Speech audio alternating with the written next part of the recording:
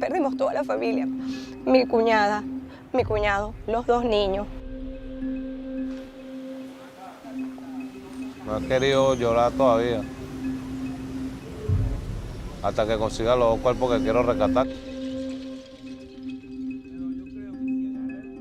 Este mes te cambia como persona.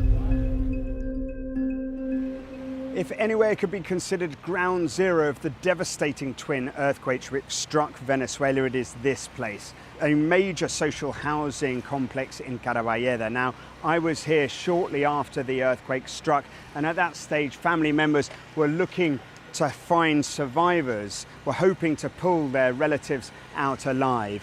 Now they are still here, 1 month on, still digging into the buildings themselves, trying to find the apartments in which their missing loved ones lived and bring out their bodies for a dignified burial or cremation. It is a very harrowing sight because there are remnants of their loved ones' lives everywhere you turn.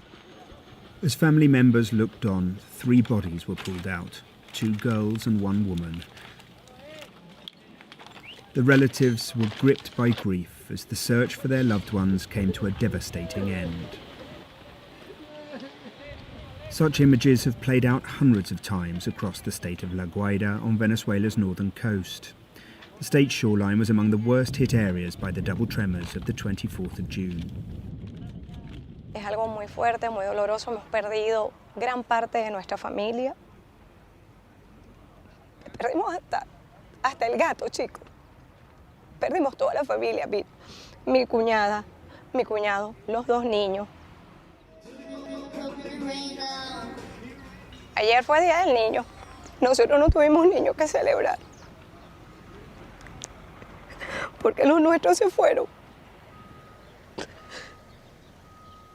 Laura says her family's search for her brother-in-law may have to end soon as the rescue teams and excavating equipment leave the area.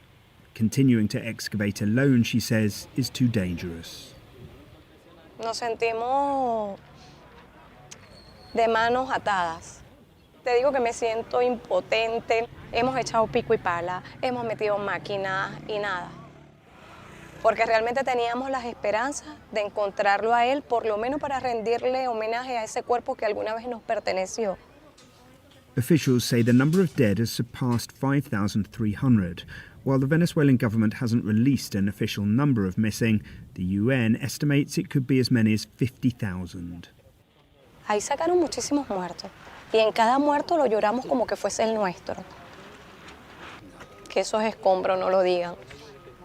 Ver la camisa de alguien allí rota o tal vez el juego de cubiertos que guardaron y nunca usaron, el trabajo de toda una vida y que se pierda en un solo día en 39 segundos. Duele.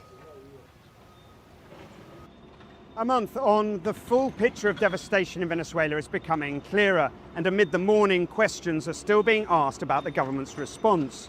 Why was it so chaotic and confused? Could more people have been saved?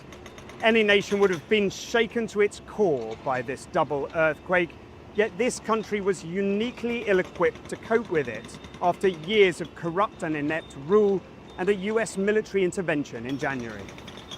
Acting President Delcy Rodriguez has defended the government's response and shared efforts to rehouse some 200 displaced families. Victor is one of thousands who lost their home. He's been living here at this makeshift camp in the coastal town of Caraballeda, but that's been the least of this fisherman's worries. Perdí 26 de mi familia. Y aparte de la familia de mi pareja, que la recuperamos ayer y fuimos a enterrarla hoy, pues, a un 30. Bueno, nosotros estábamos por fuera pescando y nos dieron la noticia por radio, pues. Y cuando escuché que dieron de la torre donde se encontraba mi familia, y yo le dije al dueño de la lancha que ahí también se encontraba mi familia, pues. Y cuando llegué aquí al siguiente día, bueno, conseguimos con esto. Mi hermana, mis 2 sobrinas, sus 4 nietos, mi otro sobrinito, el cuñado mío que vivía con mi hermana y el yerno de mi hermana. Nada más del piso de mi hermana habían 10. ¿Tiene todavía esperanzas de recuperar los familiares que le faltan? Sí, me faltan 2 y bueno, Con el favor de Dios lo voy a recuperar para darle su cristiana sepultura. ¿Ves? Es terrible todo esto. Es una pesadilla fuerte.